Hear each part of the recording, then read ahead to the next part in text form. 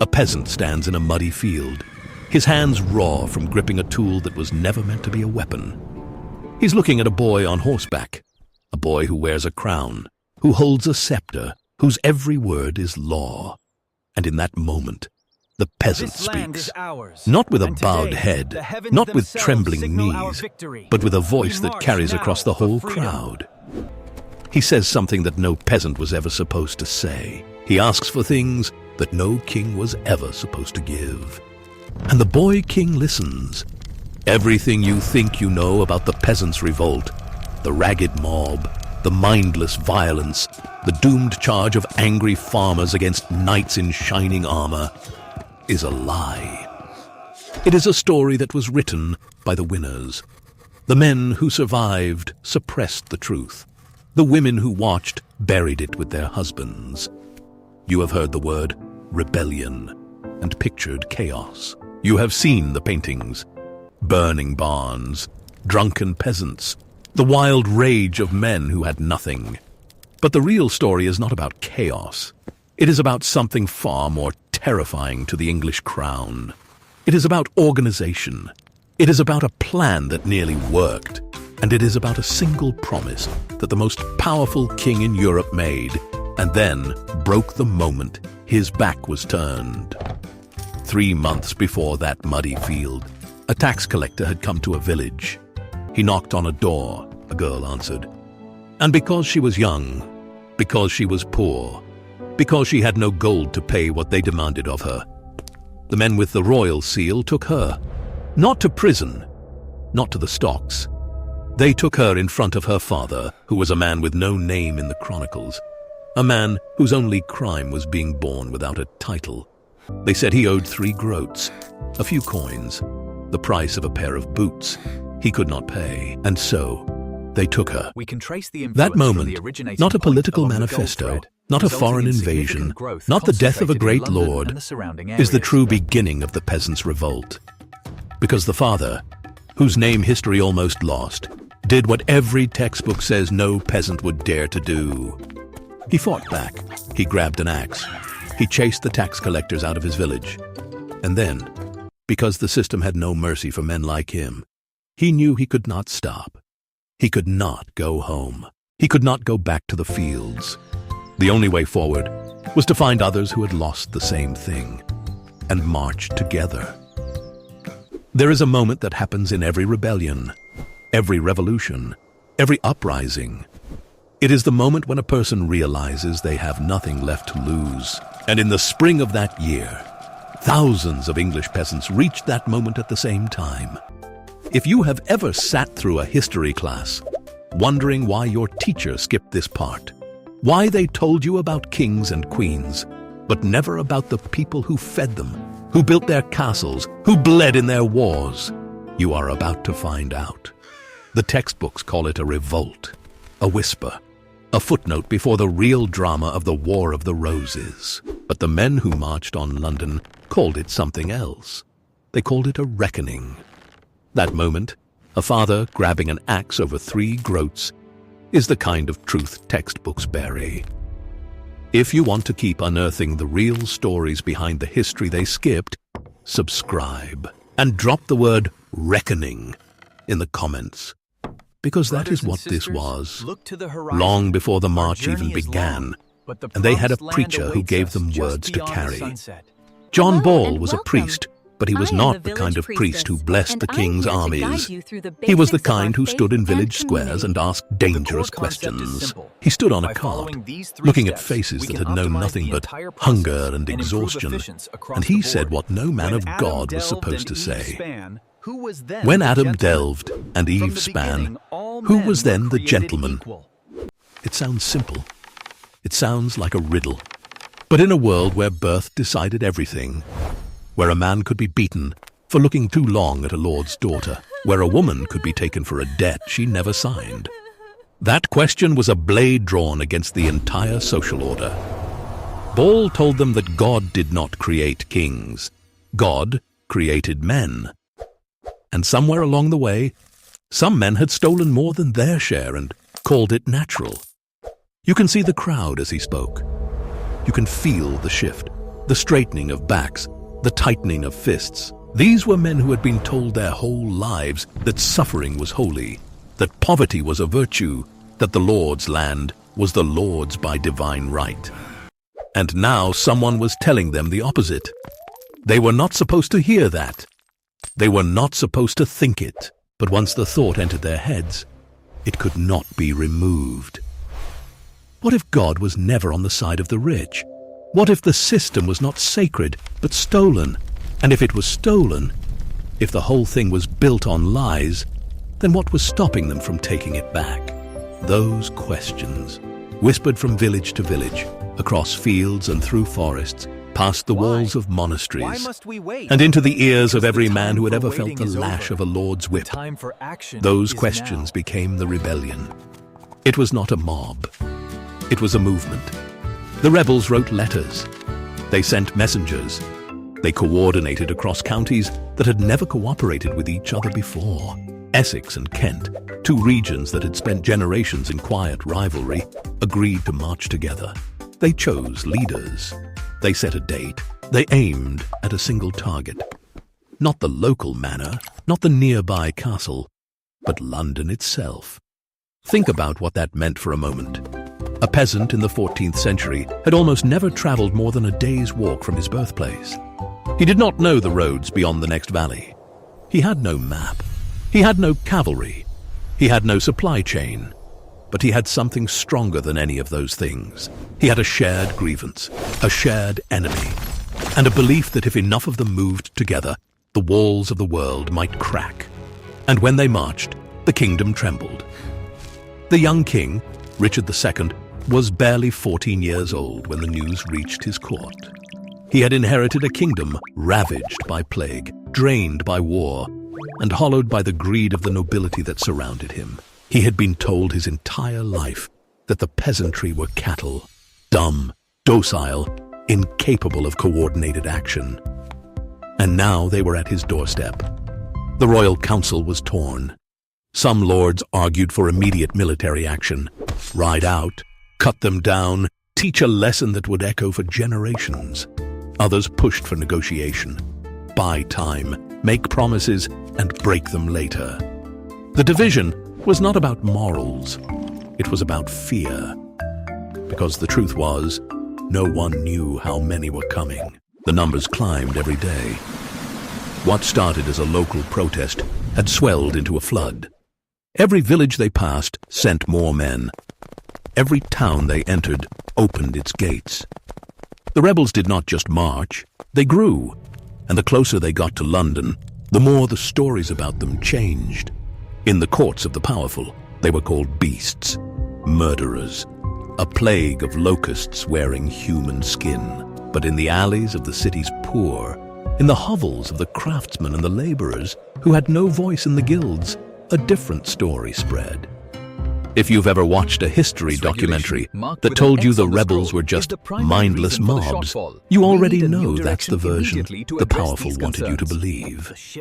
The real story, the one carried by whispers in London's back alleys, is always more human and far more dangerous than the legends they leave behind. That's why we keep digging here, every week, to find the truth buried beneath the official record.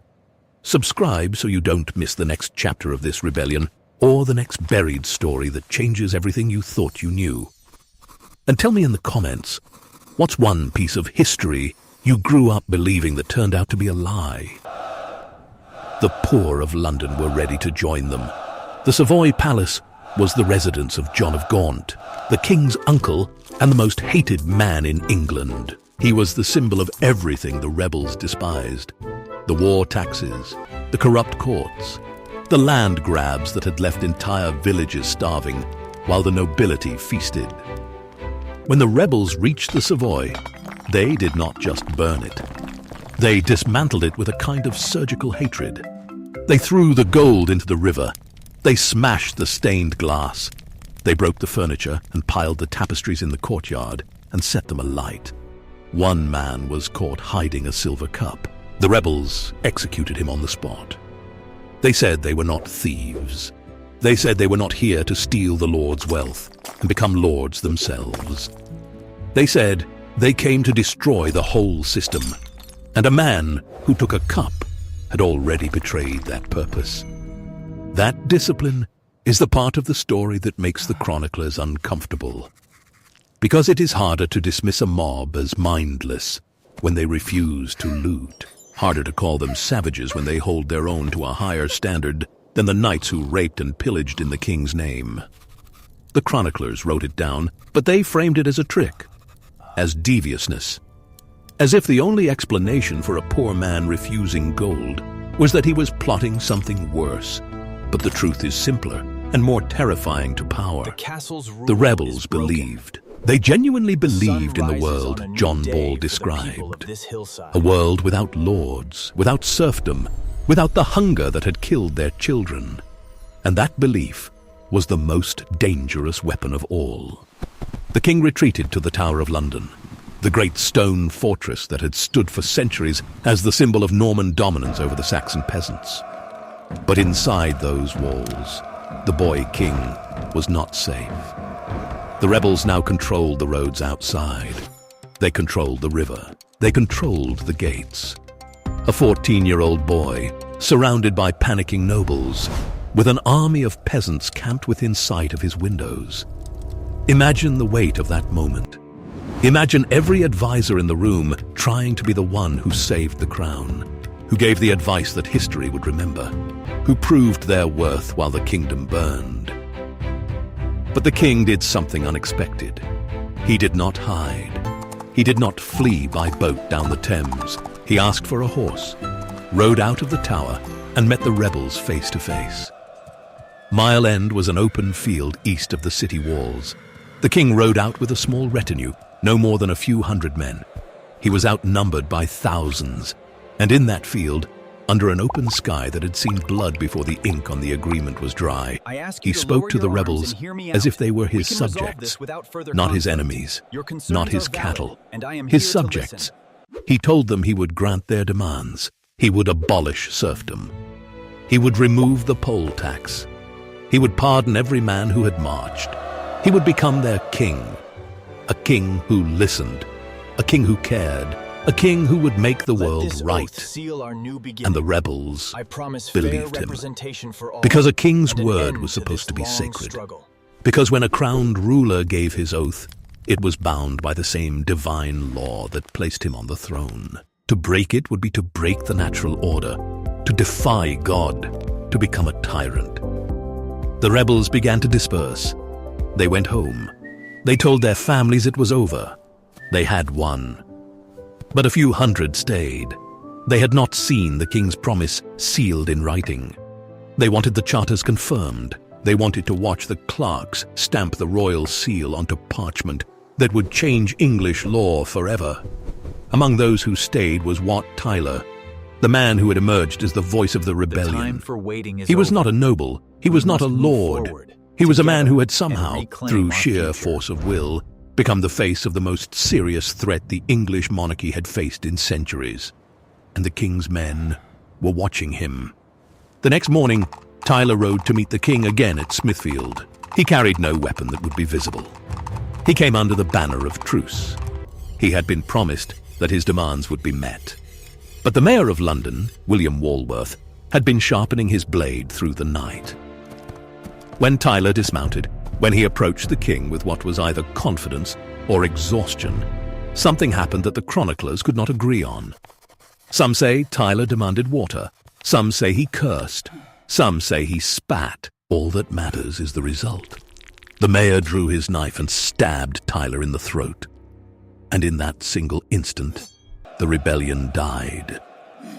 You can hear the silence that fell over Smithfield, the gasp of the rebels, the sudden crushing weight of what had just happened. Their leader, the man who had spoken for them, the man who had faced the king and won, was bleeding into the mud. But the boy king did not panic. He rode forward, alone, into the stunned crowd. He did not run back to the tower. He did not hide behind his men. He raised his voice, and he told the rebels that he was their king. He told them Tyler was a traitor. He told them to follow him, to leave the field, to trust his word. And they did. Because they had no one else. Because the only man who had ever given them a voice was dying on the ground behind them. Because hope is a fragile thing, and when it breaks, what fills the space is something harder. One knife stroke. That is all it took to collapse a rebellion that had shaken the English throne to its foundations. A single moment of violence, and the hope of thousands bled out into the mud. If you want to keep uncovering the moments where history turns on a blade's edge, subscribe to this channel. Because every video peels back the layers textbooks are too afraid to show. Now, drop a comment with the word Smithfield if you think the king's nerve was the real weapon that day. Or tell me whose side you were on when that knife went in. But don't blink, because the king's promise was about to shatter just as fast as Tyler's rebellion did. The king's promise lasted exactly as long as it took the lords to gather their knights. As soon as the rebels were scattered, as soon as the roads were clear, and the king was safely back in his castle, the orders went out. No pardons, no charters, no abolition. They hanged the men who had marched. They cut them down from the gibbets and left their bodies to rot as a warning. They hunted the preachers and the organizers, and the men who had carried the letters between villages. A priest who had once stood on a cart and asked who was the gentleman was now standing in a London square with a rope around his neck. John Ball was drawn through the streets, hanged, and cut down while still alive. His body was quartered. His head was placed on a spike. The lesson was deliberate. The lesson was clear. Do not ask that question again. But here is the thing about questions. They do not die when the person who asked them dies. They do not rot on a spike or bleed into the mud.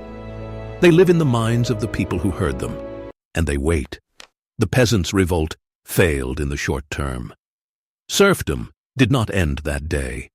The poll tax did not disappear. The king's broken oath was followed by years of repression, of silence, of men who had almost won being forced to bow their heads again. But the question lived. And 100 years later, when another generation of peasants stood in another muddy field, they remembered. 200 years later, when the first whispers of reform began to stir in Parliament, they remembered. 500 years later, when the idea that no human being could own another human being finally took root, they remembered. The revolt did not win the war, but it proved that the war could be fought. It proved that the walls of the world were not made of stone, but of fear. And that when enough people stopped being afraid, the stones could be pulled apart with bare hands.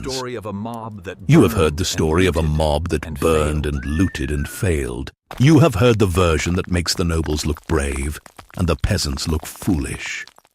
But now you know the truth. They were organized. They were disciplined. They had a vision of a world that did not exist yet, and they almost built it. At Smithfield, in that field of blood and broken promises, a peasant with a knife wound in his neck looked at a king and refused to kneel. That image, the refusal, the defiance, the belief that a man born in the mud could speak as an equal to a man born in a palace. That image cannot be burned. It cannot be hanged. It cannot be erased from the memory of those who saw it. The king broke his word. The rebels died. But the idea they carried, that a human being born without a title still deserves a voice, still deserves justice, still deserves to be free, that idea did not die. It never dies. It just waits for the next generation to pick it up. And now you know where it came from. Not from a politician, not from a philosopher in a quiet study. From a man with calloused hands and nothing to lose, standing in the mud, speaking truth to a boy on a horse. The real story of the Peasants Revolt is the real story of the Peasants Revolt. To you. And now it belongs to you.